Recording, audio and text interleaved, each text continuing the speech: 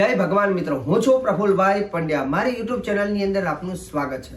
દર્શક મિત્રો, ખાસ કરીને આજનો વિડીયો જે છે, જે બહેનોએ જીવંતિકા માનું વ્રત લીધું છે, તો એ વ્રતની સંપૂર્ણ જાણકારી આજના કાર્યક્રમમાં હું તમને જણાવવાનો છું. એવું કહેવાય છે કે જીવંતિકા માનું વ્રત એ ખાસ કરીને બાળકોની રક્ષા માટે કરવામાં આવતું હોય છે. જે આ વખતે શ્રાવણ માસના પ્રથમ શુક્રવાર એટલે કે તારીખ છે 14 ઓગસ્ટ 2026 શુક્રવારના દિવસથી આ વ્રત પ્રારંભ થાય છે. જે બહેનો પહેલા શુક્રવારના દિવસે આ વ્રતની શરૂઆત કરતા હોય તો એ લોકોએ સવારનો પૂજાનો ટાઈમ સવારે 6 વાગ્યાથી માંડી અને સવારે 9:30 વાગ્યા સુધીનો જે સમય જે છે એ આ પૂજા માટે શ્રેષ્ઠ સમય છે, જેમાં શુક્ર, બુધ અને ચંદ્રની હોરા છે. ત્યારબાદ બીજો સમય સવારે 10:30 વાગે એટલે કે 10 વાગ્યાને 36 મિનિટથી માંડીને 11 વાગ્યાને 40 મિનિટનો જે ગુરુની હોરા છે, તો આ હોરા પણ બાળકોને સારી વિદ્યાની પ્રાપ્તિ થાય છે. જે બહેનો આ સમયમાં પણ જીવંતિકા માની પૂજા કરે છે એના માટે ખાસ કરીને જીવંતિકા માનું વ્રત એ બહેનો બધા કરતા હોય છે, પરંતુ જીવંતિકા માને પૂજા ક્યારે કરવી જોઈએ? તો જ્યારે પણ શ્રાવણ માસમાં શુક્રવાર આવે છે ત્યારે આ વ્રત બહેનો લેતા હોય છે બાળકની રક્ષા માટે. પણ આની પહેલા પણ જ્યારે બાળકનો જન્મ થાય છે ત્યારે બાળકની છઠ્ઠી મૂકવામાં આવે છે અને વિધાતા એના લેખ લખી જે આપણે કહેતા હોય છે, ત્યારે પણ જીવંતિકા માની પ્રથમ પૂજા એ બાળકની છઠ્ઠીના દિવસે કરવામાં આવે છે. અને ત્યારબાદ એની માતા એટલે કે બાળકની માતા શ્રાવણ માસમાં આ વ્રત લેતા હોય છે, કેમ કે બાળકની સુરક્ષા સદૈવ માં જીવંતિકા માં કરે તે માટે બહેનો આ વ્રત લેતા હોય છે. જે બહેનો શ્રાવણ મહિનાનો પહેલો શુક્રવાર ચૂકી જાય તો બીજા શુક્રવારે પણ આ વ્રત લઈ શકે છે. આ વ્રતની અંદર ખાસ કરીને ઉપવાસ કરવો અને પવિત્ર વસ્ત્ર ધારણ કરવા, લાલ રંગના વસ્ત્ર પહેરવા, પીળા રંગના વસ્ત્ર ક્યારે ન પહેરવા. રહી વાત જીવંતિકા માનું, એક બાજટ ઉપર અથવા પાટલા ઉપર તમારે એને બાજટ કે પાટલાને ગંગાજલથી શુદ્ધ કરી એની ઉપર સ્વસ્તિક બનાવી, એની પર લાલ રંગનું કપડું પાથરી અને જીવંતિકા માનું જે સ્વરૂપ હોય એ ત્યાં બિરાજમાન કરવાનું છે. બાજુમાં અખંડ દીવો કરવો, ભગવાન ગણેશજીની સ્થાપના પણ કરવી. તમારા મંદિરમાં જે ગણપતિ હોય તે ગણપતિને પણ બાજટ ઉપર બિરાજમાન કરવા, જીવંતિકા માના ફોટાની આગળ ત્યાં ભગવાન ગણપતિ રીતિ સિદ્ધિ સાથે એમની પૂજા કરી અને જીવંતિકા માની પૂજા કરવી. સાથે સાથે અખંડ દીવો ચાલુ કરવો અને એક કલશની અંદર જલ ભરવું, તેમાં કંકુ, ચોખા, પુષ્પ દૂરવા અને 1 રૂપિયાનો સિક્કો સોપારી અને નાગરવેલના પાન અને એની પર નારિયેળ મૂકીને કલશ સ્થાપના કરવાની. કલશ સ્થાપના થયા બાદ જીવંતિકા માને લાલ રંગના પુષ્પ, કંકુ, લાલ ચોખાથી માની પૂજા કરવી.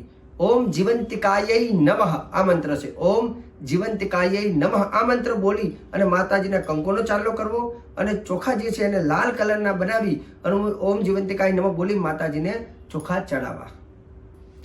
ત્યારબાદ માતાજીને પુષ્પની વાત કરીએ તો ગુલાબના પુષ્પ અથવા લાલ રંગના કઈ પુષ્પ હોય તે જીવંતિકા માને ખાસ કરીને અર્પણ કરવા.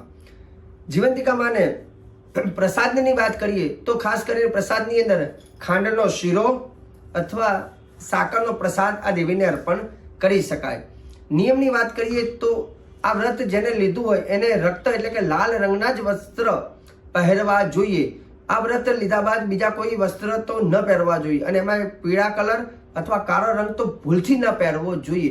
જે લોકોએ વ્રત નથી લીધું એ લોકો પણ આ દિવસે બને ત્યાં સુધી પીળા અથવા કાળા રંગનો વસ્ત્રનો ત્યાગ કરે, મતલબ એ દિવસે ન પહેરવા.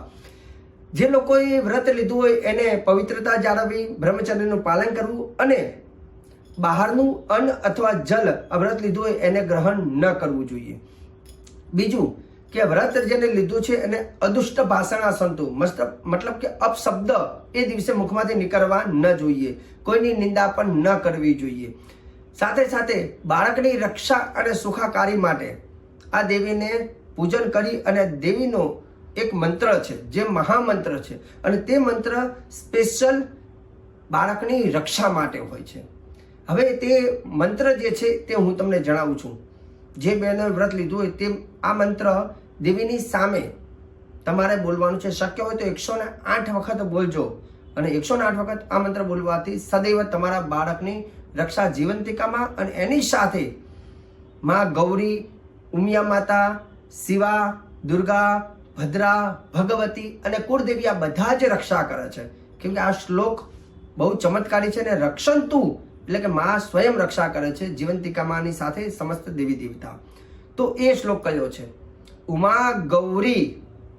ઉમા ગૌરી શિવા દુર્ગા ભદ્રા ભગવતી તથા કુલદેવ્યશ્ચ ચામુંડા રક્ષંતુ બાલકમ સદા. આ શ્લોક જે છે માની સામે ચોક્કસ બોલજો, અને આ બોલવાથી માં જીવંતિકામાં બહુ પ્રસન્ન થાય છે. બીજા નંબરની વસ્તુ, આજે સરસ મજાનો જે જીવંતિકા માનો મેં વિડીયો બનાવ્યો છે, ને તમે જે કોઈ વ્યક્તિએ જીવંતિકા માનું વ્રત લીધું હોય એને આ વિડીયો ચોક્કસ ફોરવર્ડ કરો, જેથી માનવ વ્રત, નીતિ નિયમ અને આ ચમત્કારી શ્લોકની જાણકારી અમને પ્રાપ્ત થાય. વિડીયો સારો લાગે તો વિડીયોને લાઈક કરજો, શેર કરજો, સબસ્ક્રાઈબ કરજો. અને જો તમારે જ્યોતિષને લઈને, કોઈ પણ ગ્રહોને લઈને તમારી જન્મ કુંડલીનું જ્ઞાન પ્રાપ્ત કરવું છે અથવા જન્મ કુંડલીનું વિશ્લેષણ કરાવવું છે, તો ચોક્કસ તમે અમારા કાર્યાલયનો સંપર્ક કરજો, જ્યાં તમને હું સચોટ શ્રેષ્ઠ જાણકારી તમારા ગ્રહોને લઈને પણ આપીશ, પરંતુ એપોઇન્ટમેન્ટ લઈને ખાસ મુલાકાત કરી શકો છો. મને આપી દો રજા. જય ભગવાન.